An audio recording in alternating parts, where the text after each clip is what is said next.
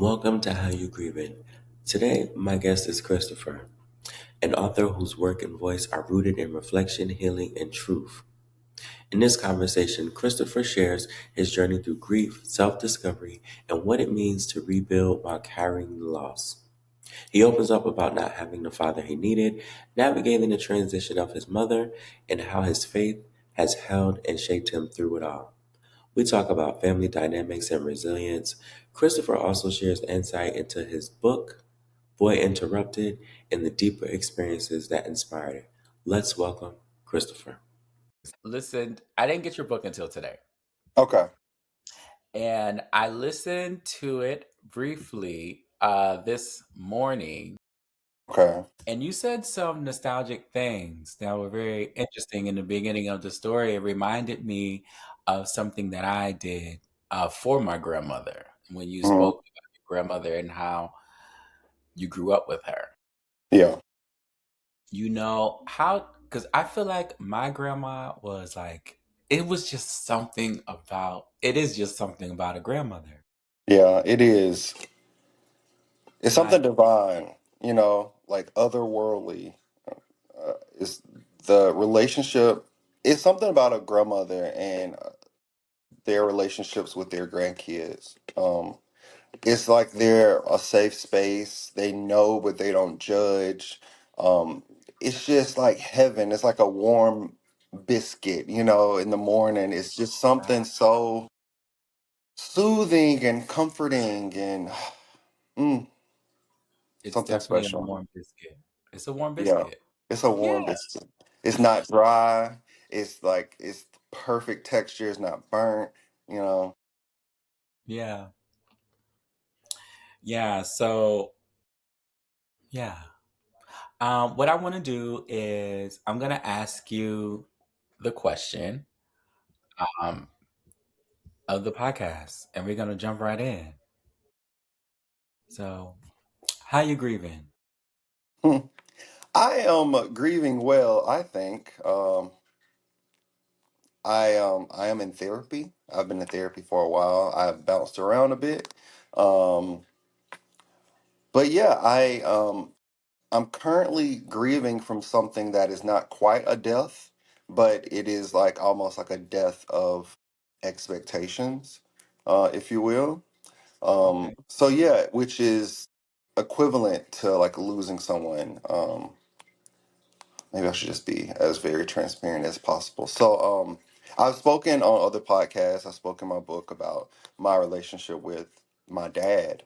Um, and how like my sexuality played a big part in the demise. His distance from me um, played a lot of played a big part in our dynamic, and now the book has played a large part in our dynamic, made it a little bit more complicated. So one thing that I've gotten out of therapy as it pertains to my dad is I've had this notion of the type of father that I've always wanted, right? A father that is a safe space, a father that is understanding, accepting, um, nurturing, present.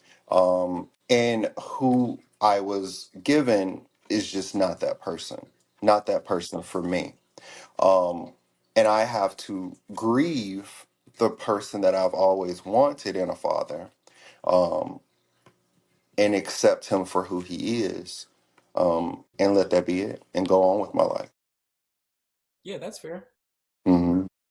You know, um, I don't normally talk about me, but I am going to share something. Please. We may, we're not having the same experience, but I am familiar with the kind of experience that you're having when it comes to my dad. Um, the opposite is he was always there. He was not much of a nurturer.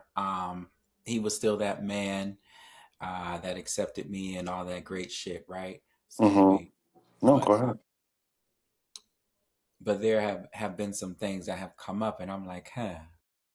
So I am taking a break from certain members of the family, and I'm just like, I'm breathing fine over here. And sometimes you need to remind people that, I'm still gonna breathe fine. Yeah. Yeah. And what is your sign? I'm an Aries. Aries. Okay. All right. I'm an Aries rising, so we're probably similar in a lot of ways. But I didn't know that I could breathe fine without people. I'm like, I was raised like this is your family. You're with them no matter what. You don't cut people off. You don't stop talking to them. You don't even really show anger or speak ill of them, whether they've done something wrong or not. You don't talk bad about your family, and I've outgrown that. And I think my purpose, and even in speaking with about my dad, is not to speak ill of him, but to tell the truth. Um, and as Black people, generally, I think that we've shied away from telling the truth and letting the chips fall where they may, right? And that's what I have been walking in. I've been walking in truth, um, to the end of healing, right? Like for the sole purpose of healing, saying the truth so that we can get it out there and we can move forward. But I did not know that I could breathe without him.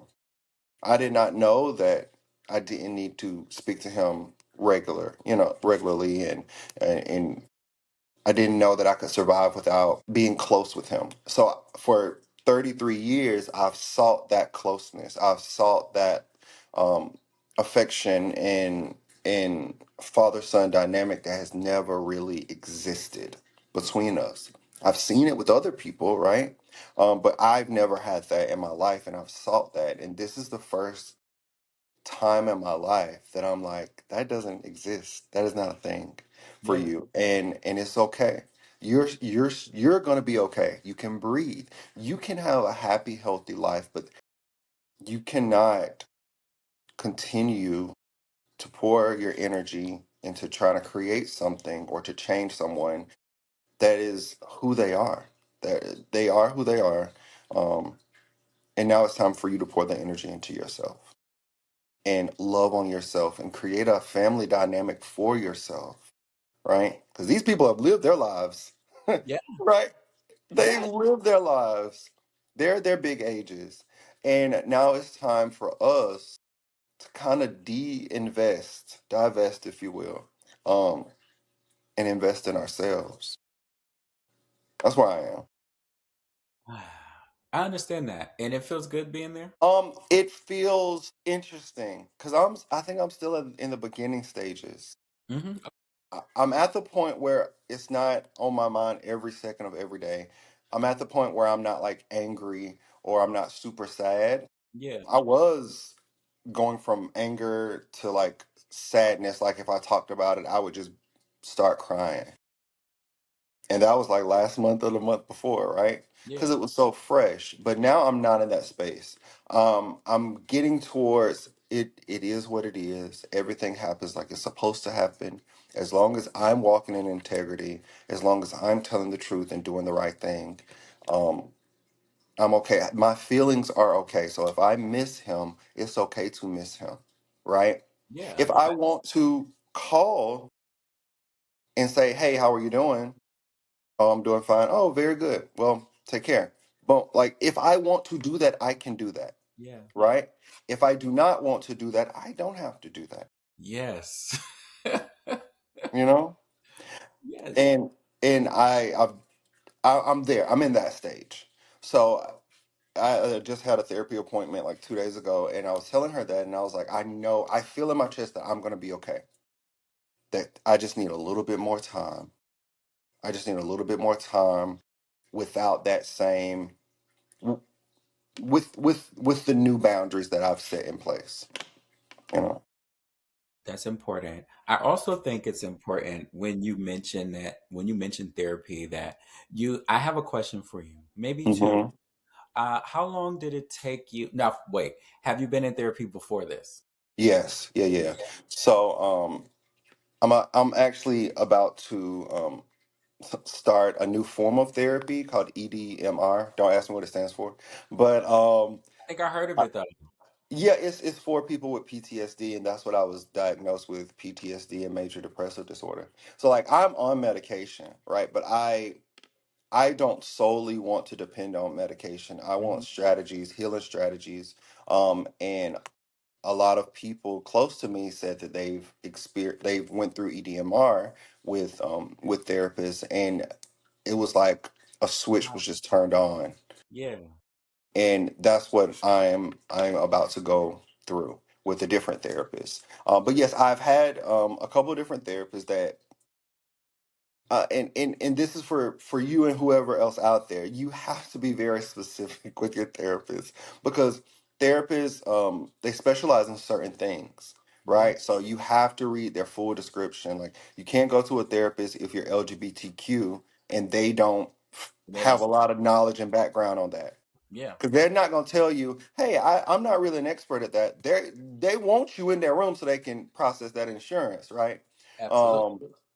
but that doesn't mean that you're going to get the end result that you want. Or like I just had therapy with this dude of maybe last month, and I was looking for a black male, right? Mhm. Mhm. um but he really didn't have any strategies for me. He was a safe space. Like he was calm and he was affirming, and it felt good to talk to him, but he couldn't give me any tools that I need to keep going. So I'm like, okay, this feels good, dude, but I gotta go to someone who who's a little bit more experienced with strategies. And I kept asking for strategies, and by that third meeting, if you're not giving me strategies, I gotta keep going. Like you can't tell me that, oh yeah, you're doing all the right stuff. Okay, thank you. But this is your profession. I want to see what you studied, because I haven't studied psychology. I haven't, that's not my area of expertise. Yes, I've read great books about self-help and all that stuff, but this, I'm looking for something else. So you have to really focus and read the reviews and talk to the people about what they are good at. Because and know what you need before you go into the room, Go. right? Hi, thank you for listening to How You Grievin. Thank you for watching How You Grievin. Also, why haven't you subscribed yet? Why haven't you liked this episode? Why haven't you commented on this episode? And why haven't you shared it yet? What are you doing? You ain't got nothing else to do. Gas prices is high, so you need to be in the house, and food costs too goddamn much for you to be outside parlaying. So you need to be in the house cooking. And while you're doing that, you could be watching this episode and clicking and doing something. Okay? Thank you for watching. I love you. Hello, everyone. This is Dr. Creative, the CEO of Easton Creative Agency, and I'm super proud that I am able to sponsor How You Grievin, the podcast by Malcolm, my Black Self. It has been a wonderful process with him. I actually just did a show with him. Make sure you guys support, share, and repost, as his podcast is something that is all about healing. We're proud to sponsor. Easton Creative Agency is very proud. See y'all later. Yes. Know what you're Yeah. looking for. Yeah. I There was one time where I experienced something and I was like, oh, I need to get into therapy.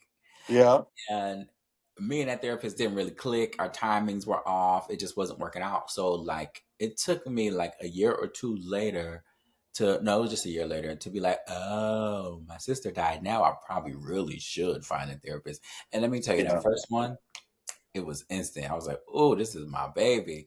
Yeah. Yeah, definitely. And that was before even like reading reviews. I just was like, I need help. So, but definitely make sure you read that reviews. And I mean, it's like you're looking for like either a long term or short term relationship with somebody that you have to Yes. pay. So, Yeah. Because you're telling them all your stuff. You're telling them all your business. You're being yes, vulnerable. yeah, very vulnerable. That's very necessary. That's important. Thank you for sharing that. Not everybody likes to really talk about their, therapy and all of that good stuff, but I Hmm. think it's important to talk about and Yeah. discuss. It's necessary. When's your birthday? January 13th. I'm a Capricorn. January 13th. That's my mom's birthday. No, for real?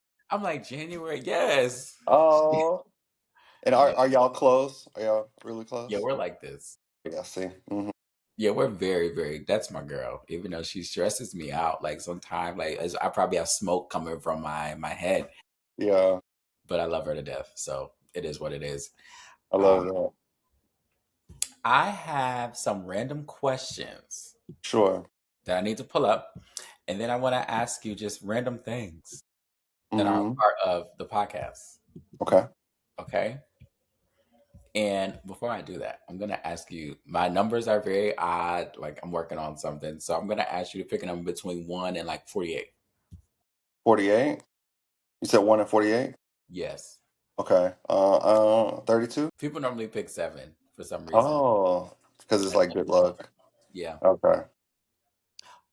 So what lessons did they teach you? So it could be anybody that you are grieving or somebody from the past or what have you. Yeah.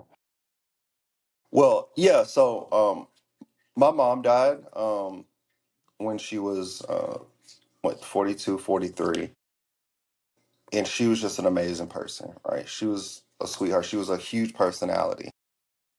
One thing that she left me with, or she taught me, was really to live life to the fullest. She was a person, she would do anything. If you said like, "Hey, let's go on an adventure," she'd be like, "Let's go."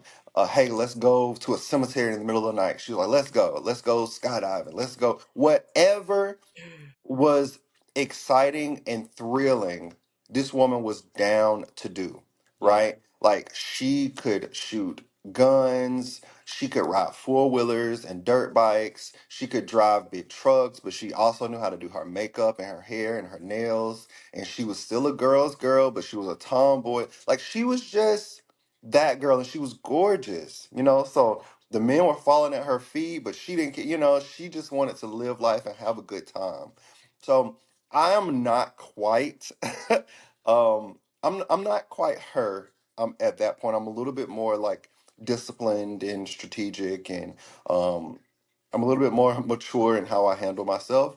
But the best parts of me are her. Yeah. The best parts of me are like, we're gonna have fun every single day. We're gonna make the most of today, because who knows if we have tomorrow. Like that's how she lived her life. Um, and I carry that with me. That's beautiful. I love the chapter about your mom. Also, that's you reading the audio, correct? Yes, it's me. Okay. I thought it was, but I just wanted to make sure. Yeah. What lessons do you think you teach her Oh, about her? oh. Mhm. Mm, I've never thought about that. One thing that her and I used to talk about is like she never had to worry about me, right? Like she never had to help me study. She never had to tell me to do my homework or tell me to go to bed or tell me to take a bath. I was very disciplined in how I handled myself. Like my grades were always good. I went to bed on time. I woke myself up. I ironed my own clothes. Like I was the kid that it was kind of weird. Like I was the adult. Yes. She wasn't. And I've always been like that. And I would never, it's not that I wouldn't take no for an answer, but if, even as a kid, if an adult said something to me, and I would always question it, I would be like, I don't know, that don't really sound right. Like, mm, I would always come back, like, Yeah. right? And growing up in a black household, especially like a Southern black household, like you don't question adults. So I got in trouble a whole lot for talking back, for speaking my mind, for just being that kid that was too grown for his own good. And my mom used to always be like, you know what, this is really frustrating for me to deal with. She didn't say those exact words, but it was pretty close. But she was like, this is your strength. This is one thing that I admire about you, and one thing that I love.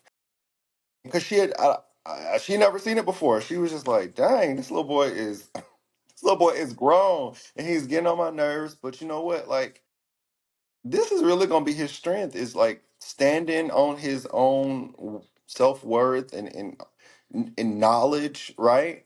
And not taking people's opinions and people's answers as fact. I think that's so important because a lot of people or parents nowadays don't know that their kids' behavior or their certain things that they're experiencing is actually their strength. Like we hear a lot of Mhm. stuff, "Well, I was this as a kid and look at where it got me. I'm here now." You know what I mean? Like I was always bad, I was always this, but now I can actually act bad and I'm in the movies. Like Yeah, so like nurturing those things that annoy you as yeah, a parent might actually be useful to to the child. Yeah, like I remember Wendy Williams said on her show one day, she was like, I know, oh, Wendy, we miss her. She said on her show one day, she's like, she used to always get in trouble for talking too much in Yes. class, and her parents used to get on to her all the time, and then she got a talk show, right? And she changed all their lives. Yes. So we are who we are for a reason, you know. Yeah, I've accepted that. It took me a while to accept this, like whoever or who I am, or, so yeah, in my 30s, I'm like, oh, about time, Malcolm, about time. I know. Just imagine if we knew this in our 20s or even as teenagers, you know? But I guess it's not supposed to work out that way. No, Mm. it's not. But if it did, Oh, my God. I the life. All don't right. know. I am going to ask you to pick another number and then I'll pick. Okay. Okay, so I'm going to pick another number. I'm going to say 27. Okay. Okay. This is a good question. Hmm. Do you think she completed her life's assignment? Oh, my God. Yes. Yeah. I know she did. It's only because I've heard it from other people. Everybody that comes to me and that has come to me since she passed back in 2014, they always say how amazing she was as a person and how hard she loved, and how like funny she was and outgoing, and how most of all how she made them feel. Yeah. um, and people won't remember exactly what you do or what you say, but they will remember how they will remember how you made them feel. And I know that she touched so many people, and that means everything to me, you know. So I take a lot of the way she was and I try to apply it to myself. Like I try to listen more and be affirming and have people's back, right? To be the person that other people can depend on. Because she was that person. She was loyal to a fault. She was a ride or die, you know. Even though she was here for a short time, I know that she changed so many people's lives. Yeah. That's beautiful. Hmm. Let's see. I'm going to pick the next question. This is a good one because of the way you grew up. Uh, and I've seen you have other conversations about this. What does your faith mean to you? Uh, my faith means everything. But it has grown and changed over time. Um, like I would like to consider my faith right now like a bit of liberation theology. So I still believe in God. I still love and admire Jesus and what he came here to teach. Um, but I understand the origins of the Bible and how it was written by men and how there were books thrown out, and that this book that was written almost 3,000 years ago was uh, utilized as a political tool. It was utilized as a tool for power and to oppress people and to hurt people and to put men above women. Um, I understand that because I've done my homework, I've done my research. Um, so now I stand on looking at the scripture in this context, in its true context, knowing the background instead of just the nuance of what everybody says, right? Um, and above all, prioritizing love and empathy and realizing that I am just a student of the earth. I am just a child of God, just like everyone else. I am just as worthy as Oprah. I'm just as worthy as Tyler Perry and Kim Kardashian and my Hindu brothers and my Islam brothers, and like we are all equally worthy, even though we might not worship in the same ways, or some of us might not worship at all. Some of us, like, we are still here, and we are all equally loved, and we should all be equally respected. Um, and that gives me so much peace knowing that I can believe this and I'm not wrong for believe this. Like, I don't, I don't feel wrong in believing um, in my faith system. Whereas like 20 years ago, I'm like, ooh, this is heresy, you know, Yeah. because I had grown up Southern Baptist. Go ahead. I'm sorry.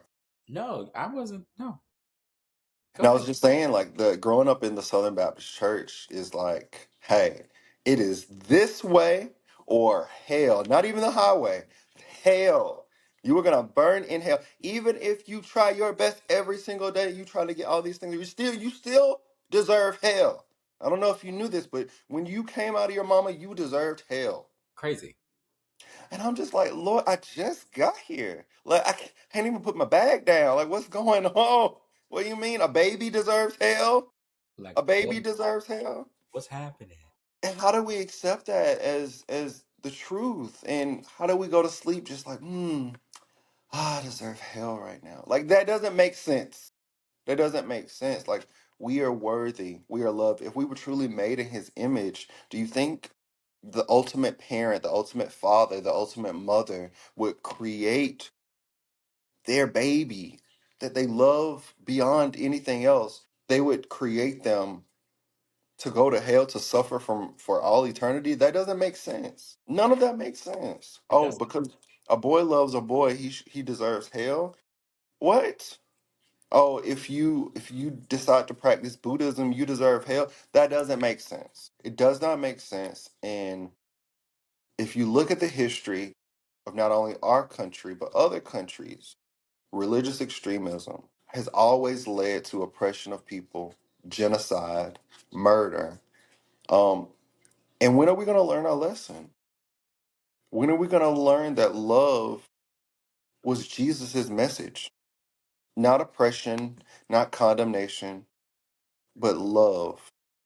True love, not just saying, "Oh, I love you, but I'm going to try to take away your right to marry All who your you rights, love." but I love Yeah. you. But I love you, but don't come close to me or my children because you might be a pedophile because you're gay, you know? But I You know, love you. I think people are brainwashed. It's crazy. It's like a cult. It's a cult. I mean, we know there's an actual cult happening now, and I'm just gonna mention it. I don't want to get too deep, but there is a Jenner Hmm. that said, "I still love this man, even Uh-huh. though my rights are being taken away, and I know this person did it, or I don't believe this person did it, even though it's happening. I don't believe this person did it, but they're taking away my rights, and I want it fixed. But I love the person that may have took away my rights." It's like that abuse mentality. Yeah, Oh, yeah, he only hits me on certain days. I shouldn't have done that, but he still loves me. Girl, what? What are we doing? What are we doing? that's a whole nother situation. I just did a podcast on like toxicity, toxic relationships, mental and physical abuse, Yeah. and how it really does trigger the brain and change it. Yeah. Yeah, I'm going to share something with you Hmm. because I mean, you telling me all your business, so it's only right that I share something with you, right? So recently, I interviewed my sister's best friend, right? I'm the only one that knows what I'm about to tell you. Like, I haven't told anybody else in the family yet because I just want them to find out. It's really Um, it's not bad, but it's sad. My sister was in a very toxic relationship for Mm. like 17 years, on and off. It was very bad, right? It wasn't too much physical. I'm sure physical happened, but it was more so like mental. Yeah. And I found out the way my sister died, she had to have open heart surgery, Hmm. and she was on dialysis for a long time. So apparently, after you're on dialysis for a long time, you end up having to get one of the valves replaced to your heart, Hmm. and that's a common thing. So she had that, but also the night before she died, she told her best friend, and she was like, "I think the only way I'm gonna get rid of this person is if I go, and I'm ready to go." And like just knowing that like had me messed up for a week. Yeah. I get it and I understand it because I've been with her for so long, you know. But I forgot why I even told you that. Okay. Oh, we were talking about relationships. Yeah, we were talking about the abuse and yeah, So eventually, like the abuse can like lead you to somewhere else that you may not want to be, or it can just keep you in that abusive state, which is not, yeah. it's not healthy. That Uh, mental suppression. yeah, Mm. mental suppression, you know? What has surprised you the most about yourself on this journey that you're on? Has surprised me so much about myself. Maybe my resilience. Like when I've I wrote the book, my book, and I've reread it a couple times. Yeah.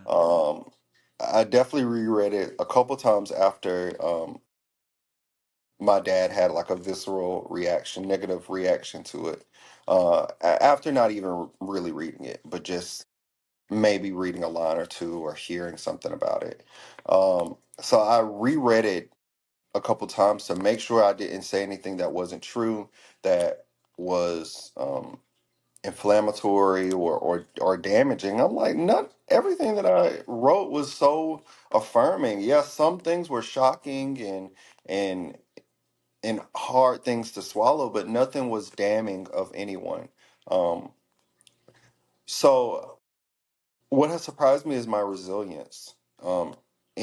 In hearing my story, I'm like, dang, I did go through that. Dang, I did go through that, and I left this out.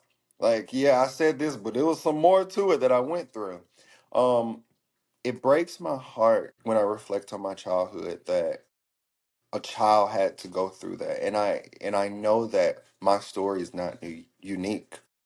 That there's so many children that go through horrible things, worse than what I've been through. Yeah. And they're still walking around smiling. They're still going to school. They're still playing sports. And taking a glance at them, you wouldn't even realize that this person goes home and maybe has nobody there to cook for them, or maybe had to get all their stuff together and take care of themselves, or maybe he's being abused mentally, verbally, sometimes physically. You don't know what people go through. And I'm amazed at my resilience of what I've been through because I don't walk around every day like, "Ooh, I've been through all this." Like, I just walk around as myself and I'm just like, "Oh, thank God for this. Thank God for this. Thank God I have a place. Thank God I have a car. Thank God I have a job." Like, that's how I walk around with gratitude. But sometimes I'm reminded Yeah. Yeah. of how far I've come. And I'm so grateful. I'm so grateful. You know, I can only hope that the young boys specifically that I've come into contact with from previous work that I've done, that they see this one day and they have that resilience because I know like 10-year-olds that have witnessed their parent get shot and killed in front of them. Yeah. Like can only see their mother if their mother was behaved wherever she is, right? Mm, Um, so I've had those experiences and I keep that with me because I just hope that they become who they are supposed to be. yeah. And they You know? will. They Yeah. will. So I hope they also get to see this one day and be like, yeah, I'm who I am now. You know what I mean? Yeah, It- absolutely. And I didn't hear much about conversations like this growing up. Like, I didn't, especially from black men, yes. especially from black people, and especially from queer people. Like, these conversations did not exist because spaces for us were not present. Like, the spaces for us did not exist. So this is happening in real time for the first time, right? And we are paving the way. So hopefully it'll be easier for little black queer boys after us. Yeah, I think it's very important. And when I tell you, I love having these types of conversations because I know how necessary it is. I love y'all. Hmm. Yeah, so necessary. Let me see. Have you found meaning in their transition? In my mom's transition, have I found meaning? Yes.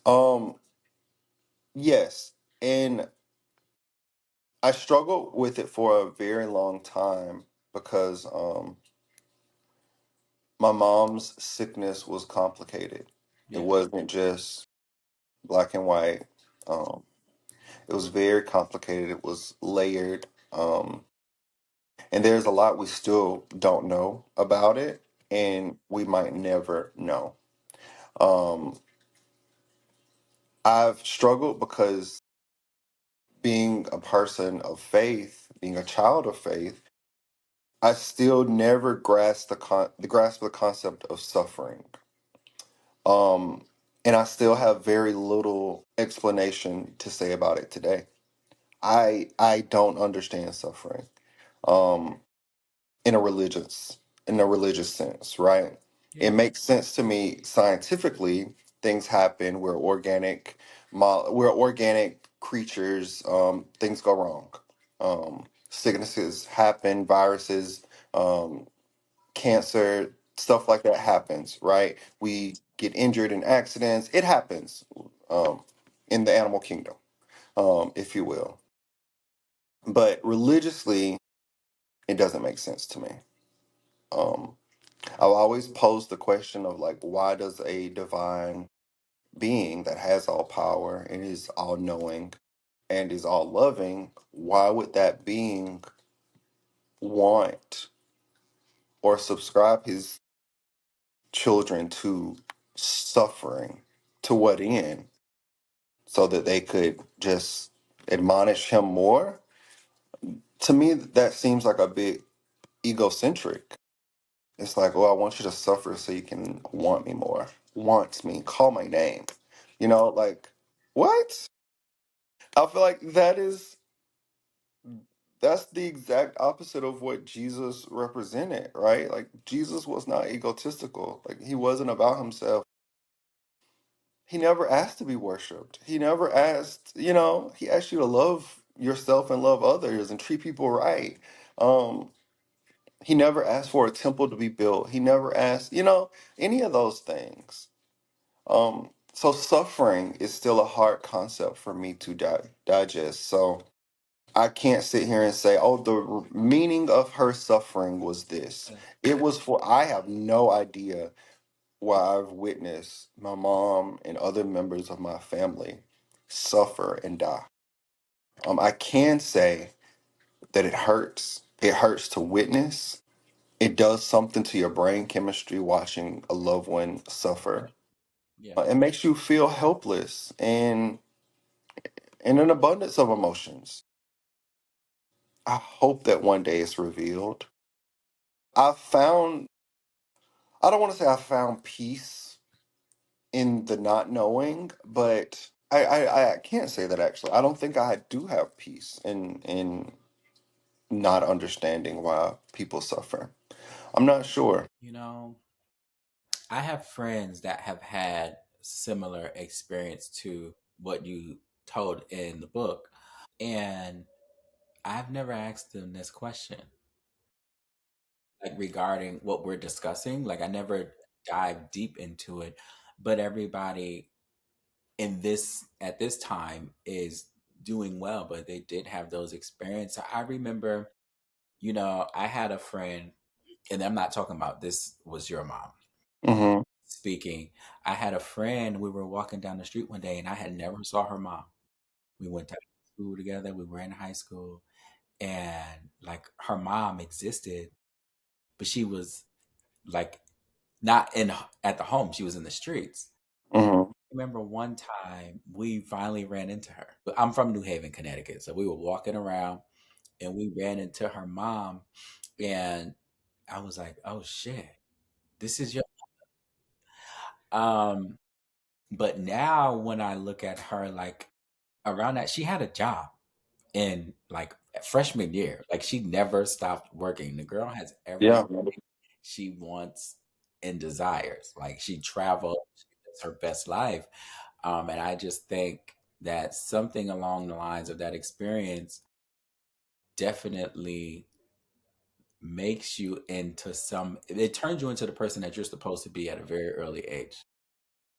Yeah. Well, hopefully we're supposed to be these people. But but it definitely changes us, Yeah. and it makes us hardworking. I had a conversation with my stepmother. I have a brother who's my dad's son and my stepmom's son, and he's 17. So we is the big age gap. Like I can almost be his father, Yeah. and we grow up really differently. Like he's in a two-parent household, and his parents, they plan for him. They set things aside for him. They walk with him every day. It's very much so textbook what parents should do for their children, right? I didn't have that experience. And not having that support foundation or or anything made me like, hey, like if I want a certain life or if I want a life period, I'm going to have to make it happen for myself. So my grades were good in school. Like you didn't have to tell me to do anything because I knew that I had to do this so that I can go to college, figure out how to pay for college, and make a life for myself. Get a job, get a house, get a car. Um, and it made me very hard working. I eh, as soon as I turned old enough or reached the age where I could have a job, I had a job. And when I got out of the house and was off on my own, I didn't just have one job. I had multiple jobs. And that's why like now I can juggle multiple things. Like I do it all because I had to do it all because nobody was going to do it for me. Um and it's good sides to that, but it's also bad sides as well. As like I don't know how to rest. I don't know how to take a rest day. I get asked so often, like, "Oh, what does self care look like for you?" And I'm like, "Girl, sleep. What do you mean? Like, I go to sleep and I love it. It makes me happy, but I gotta go. I gotta do stuff, like, cause there's things that need to be done. Like, I gotta clean up. I gotta, whatever. There's always something to do because it's in me, and I've been this way for so long, right? Whereas other people, and I'm not just saying like my brother's like this, but other people who have not had the struggle, if you will, they're not as motivated, right? They're like, oh, okay, yeah, I guess, Um, and I feel like the truth is like somewhere in the middle. Like we should be somewhere in the middle. Yes, there should be some self-motivating, but also there should be time for children to enjoy being kids, to not worry about waking up in the morning going to work and or waking up in the morning going to school and then work and doing all the things. Life is short. People should enjoy life, right? Our children should enjoy life, and especially in college. If I didn't have to work so much, I could have went to medical school. I could have went to a lot. If somebody could have funded my education, I know I could have studied harder. I know I could have. Now I don't know if I would have, but I know I could have. Um, Yeah. The hmm, access that you could have had. yeah, and I've always believed that. How has this experience shaped the way you love? Ooh, uh, that is a great question. How has it shaped the way I love? I think negatively in my dating relationships, I've always expected the person to leave because I'm so used to people dying and leaving my life. Once they enter it and I fall in love and we have a great dynamic, I am always waiting for the other shoe to drop. I'm always waiting for something bad to happen so they can leave my life, and just like everyone else, right? Like that's how death has negatively affected me. Positively, um I try to slow it down. I try to make sure that I do the right things. I try to make sure that I say the right things and I show up and I give all of me, right? And a part of that is just like, oh, I hope they don't leave. But a part of that is also like, who knows how long this is going to last. So I'm going to love as hard as I can right now. I'm going to not cheat. I'm not a cheater. I'm not a liar. And it's hard to find that. But I know that I walk in integrity in relationships. And a part of that is because I am trying to make the most of the short period of time of bliss and love that we have because is rare. Yeah, It is. And it's hard to find and it's hard to come across. So when I do have it, when I have had it, I try to make the most of it. that's beautiful. Uh, I might be able to relate to some of Hmm. that. In what way? In the way of you could be here today and you could be gone tomorrow, and I'm okay with that. Mm, Like if we love on each other and we love so deeply, and tomorrow you decide you want to leave, then you can go. That mm, is okay. But the positive side is I make sure I enjoy the moments and I take mm-hmm. it all and I carry it and I love it and I cherish it. And Yeah, if it has to end, then it has to end.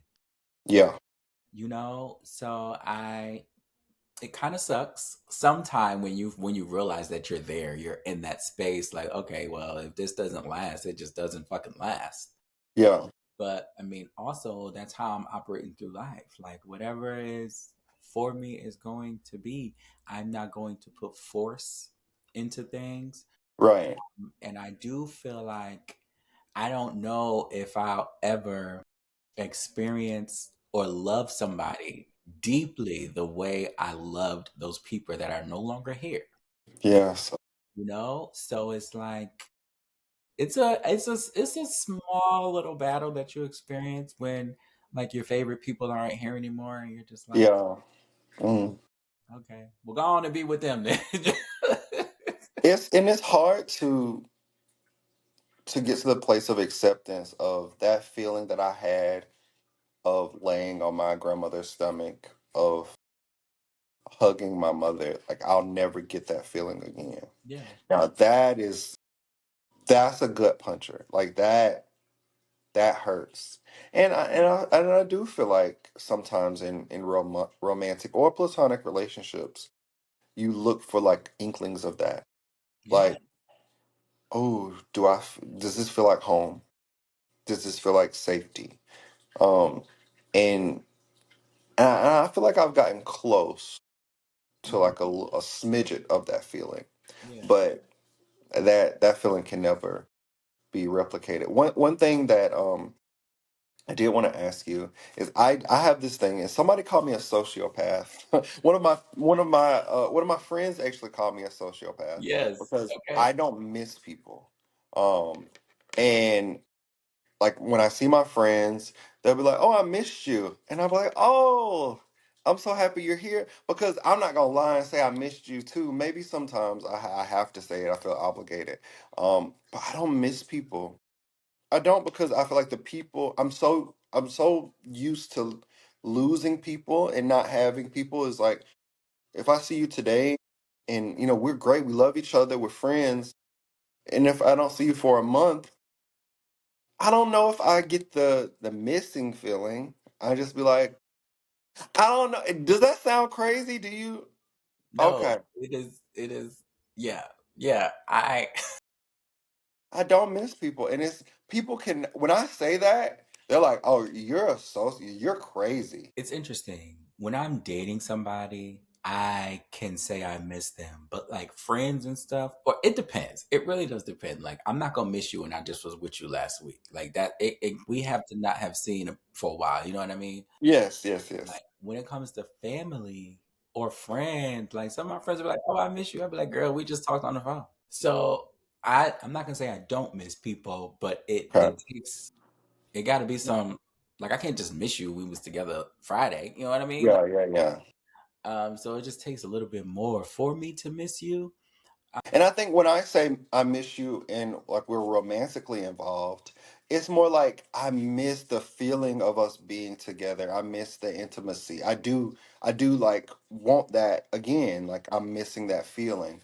But like other than that, like I'm all right. I love you, but I mean, we're gonna be all right. We're gonna be all right. We're not gonna Yeah. die. Hopefully we don't. But I mean, Yeah, I'm so excited to see you again very soon and have these experiences. Like I would love to see you all the time if I could. But I don't miss you. that's okay. I think Okay. that's okay.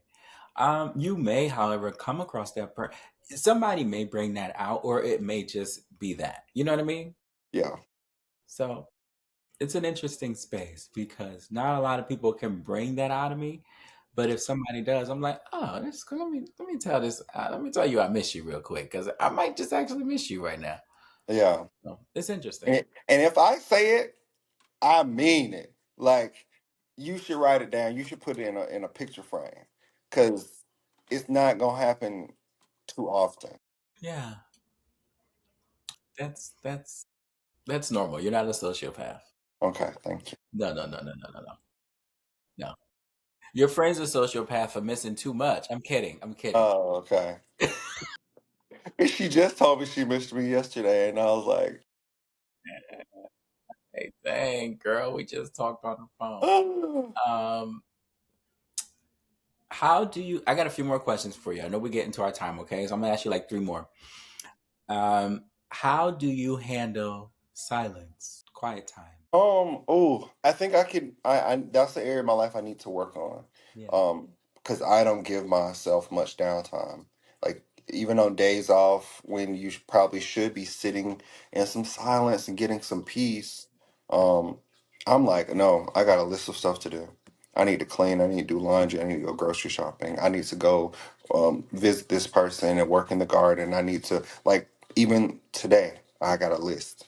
Like it's just how I am because, and I feel like a little bit of that is how I was raised. Is like there's always something you can be doing. And so I have this need to be productive.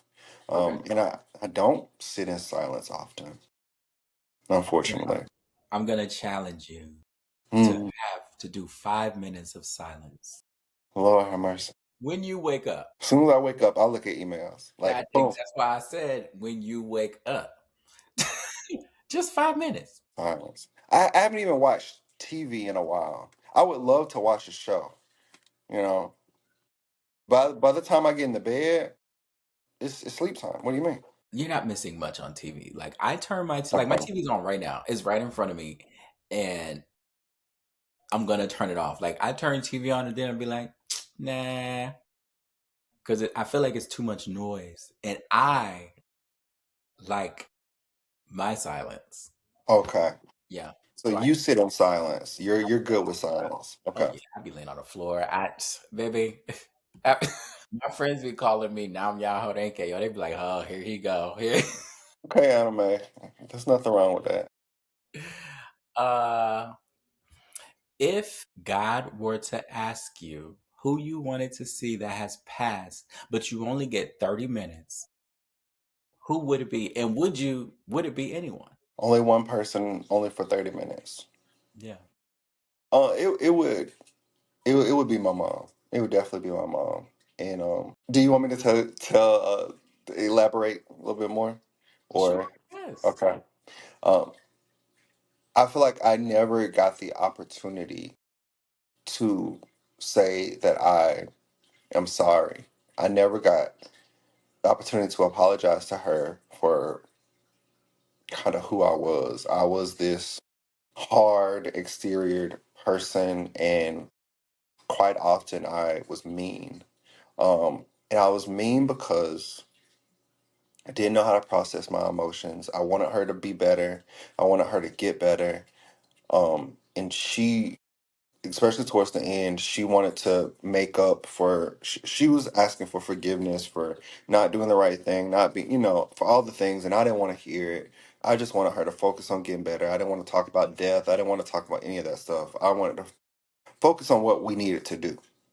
And I know that came off cold. I know I know we weren't as close as we could have been, and I had so many walls up, and I would just want to apologize to her. I doubt that she would even want an apology, because of just how and who she is. Um, but it would be for me. What? So if she could speak to you right now, what would she say? What do you think she would say to you? She would say she would be so proud. She would be so proud. Because she was always proud of me. Before I even could do anything that was worthy of being proud of, she was proud. She would always say how proud of me she was. She was just proud to be my mama. This is my last question. If you could use food or a meal to describe what your mom meant to you, what would it be? It would be something sweet with a little side of liquor.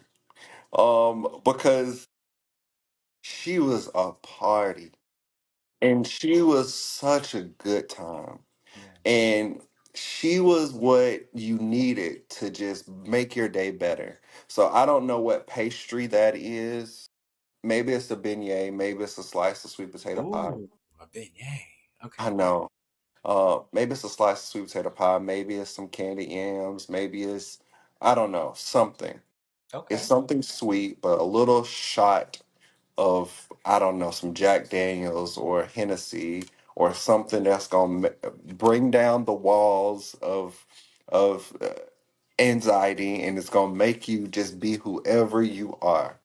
That's who she is to me. That is beautiful. I want to shout out all of the little boys and little girls, including myself and yourself, that were outside catching all of the reptiles that they could, Yes, putting yes, them on the front porch. yes. What a childhood! And kids don't do that anymore. They don't do No, it. no. Mm. I swear, I don't know how many different types of insects I brought to Connecticut from South Carolina, but that was my Oh, thing. wow, they're Um, gonna report you. Don't say that out loud. it was so long ago, it was so long ago. But yeah, before we end, you do need to tell people to go get Boy Interrupted as well. Yes, Boy Interrupted is my memoir, but it's also our shared stories. It's full of affirmations, healing strategies.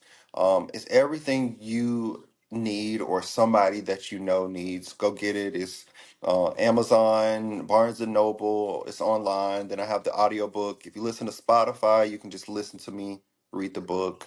Um, yeah, go look for it. You can find it on my website at envirobro.com or any of my social media websites, Envirobro. Yeah, and if you get the audiobook, people, it's a really good audiobook. Like I've listened to things that I just turn off right away Yeah, because I still need some type of calmness as I'm listening to it. And sometimes when you hear those audiobooks, it's probably that same person that recorded it that their voice just doesn't work for you.